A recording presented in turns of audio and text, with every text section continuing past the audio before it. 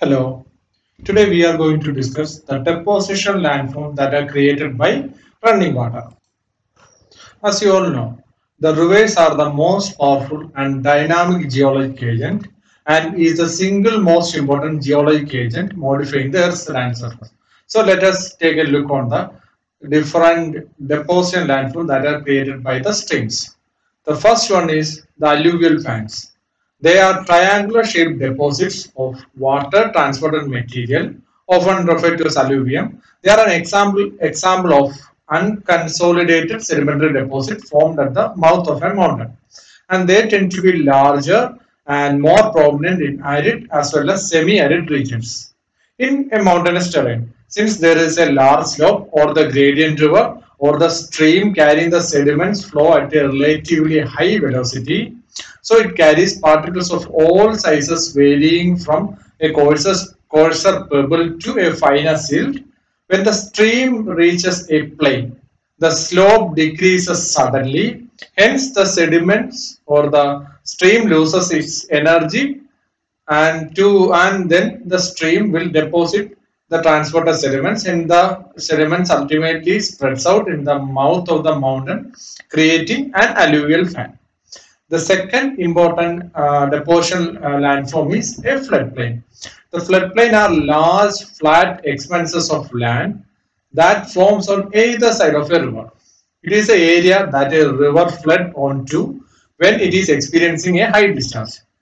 We all know that when a river floods, its efficiency decreases rapidly because of an increase in friction, which in turn reduces the river's velocity and forcing it to deposit its load. The load is deposited across the floodplain as alluvium, and this alluvium is very fertile, so floodplains are often used as farmland.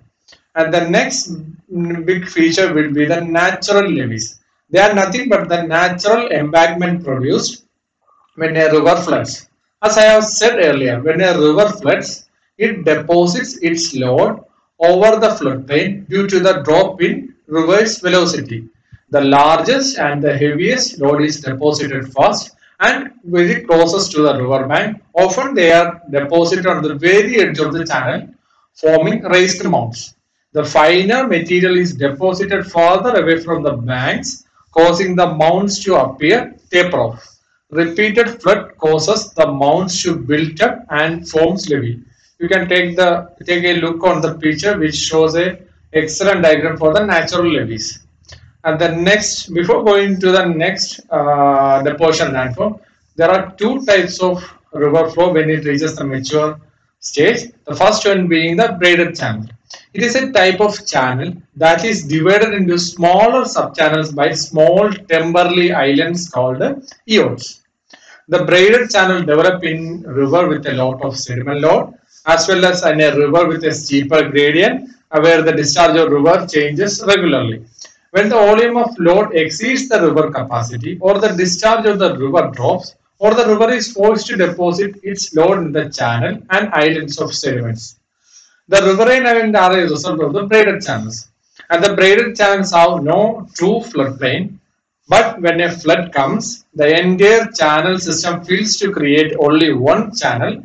The most sediments movement occur at this time. As the water level recedes, new braided channel forms and it goes on.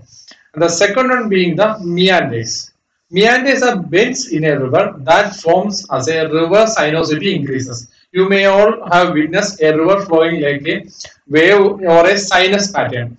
A typical cross section of a meander would shows that the outside bend, that is the right side of the figure, the channel is very deep and concave. This is because the outside bend is where the river flows the fastest and is having the most energy. So a lot of erosion by hydraulic action as well as corrosion takes place there. River cliffs are formed in such regions and the inside bend is shallower with a gentle slope, and it is due to the deposition of the river by the earlier eroded sediments. The river flows much slower in the inside bend, so some deposition takes place there. So for the larger rivers, the sediment deposited in a linear fashion and the deposition side of a meander are called the point bar or a meander bar. Usually the meanders occurs in lowlands where there is a small sediment supply to begin with, or where a longer river system have brought much of its sediments load farther upstream, maybe at a alluvial fan or at a braided stream, or they can be due to the both. At low elevation like this, the streams do not have the option of down cutting. So the erosion they accomplish is mostly lateral, eroding the road banks and occasionally eroding the valley. Thus, the stream uses little of its excess energy eroding and transporting the same sediments over and over, where it picks up its sediments from the outer back or the cutback and it drops off in the next point in the inner shelf. So another important or the another interesting feature which is associated with the meanders are the oxbow lake. They are an evolution of the meanders that undergo extensive deposition and erosion. As we have seen earlier, strong erosion takes place in the outside bend of a meander, while deposition takes place in the inside bend. As a result, the neck of the meander narrows. During extremely high discharges, that is during flood events, it is more efficient for a river to flow across the neck of a meander rather than going around it. When discharge returns to the normal levels, the river continues to follow this new course. The meander is left connected to the channel as a cutoff. So the deposition eventually separates the cutoff from the main channel, leaving behind an oxbow lake. With its main source of water disconnected, the lake eventually dries up, leaving behind a meander scar. The next important deposition landforms by a stream are the deltas. They are the depositional landforms found at the mouth of a river when the river meets a body of water with a lower velocity than the river. The river delta can also form when a river carrying sediments reaches either of the below. For the first one being a body of water such as a lake, ocean or a reservoir. The next one being another river that cannot remove the sediments quickly enough to stop the delta formation, or an inland region where the water spreads out and the deposits sediments. And for a delta to develop, the body of water needs to be relatively quiet with a low tidal range so that deposited sediments isn't washed away and has time to accumulate. In very simple words, when a river meets a stationary body of water, its velocity will falls, which causes any material being transported by the streams to be deposited.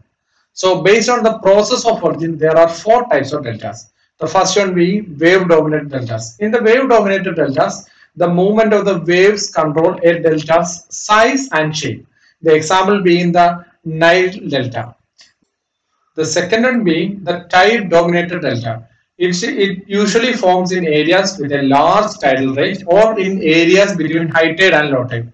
The massive Ganges-Brahmaputra delta in India and Bangladesh is a tide-dominated delta. And the next one being the Gilbert Delta.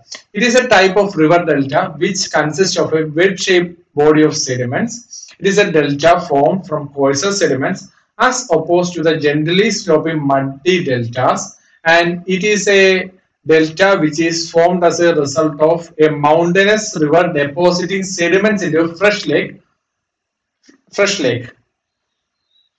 The next one being the estuarine delta. This type of delta has a river that empties into the long narrow estuary that has eventually become filled with the sediments, and an example of such a delta is Seine River of France. And there are different types of delta based on their size or shape.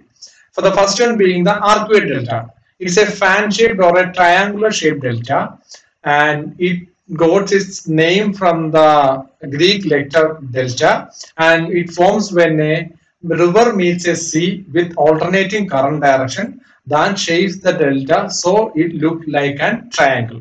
Example is being the Nile. The second one is the bird foot delta. They resemble the shape of a bird foot and are formed due to the deposition of finer material which are kept in suspension in the river water, which is lighter than the seawater. The rivers with high velocity carry suspended finer load to greater distances inside the oceanic water, Together with that, the receiving basin has current that carry the sediments away as it exits the distributary mouth. There is a broad, shallow shelf that deepen abruptly, so the trend is to grow long and thin like a bird's toe. The next one being a cuspate delta. A cuspate delta is vaguely shaped as a V with a curved sides. The cuspate delta forms when a river flows into the sea with waves that hit on the head-on, spreading the deposited sediments out. There are some special kind of deltas. The first one being the truncated delta. The seawater and ocean current modifies and even destroys the deltas deposited by the river through their erosion work. Thus, eroded and dissected deltas are called truncated deltas. The next one being a block delta. A block delta is one whose seaward growth is blocked by the sea waves and the ocean current through their erosional activity. The progradation of delta may be hampered due to sudden decrease in sediment also. The next one being the abandoned delta. When the river shift their mouth in the seas and oceans, the new deltas are formed. While the previous deltas are left unnourished, such deltas are called the abundant deltas. So thank you for listening me. Let us have another class on the remaining portions.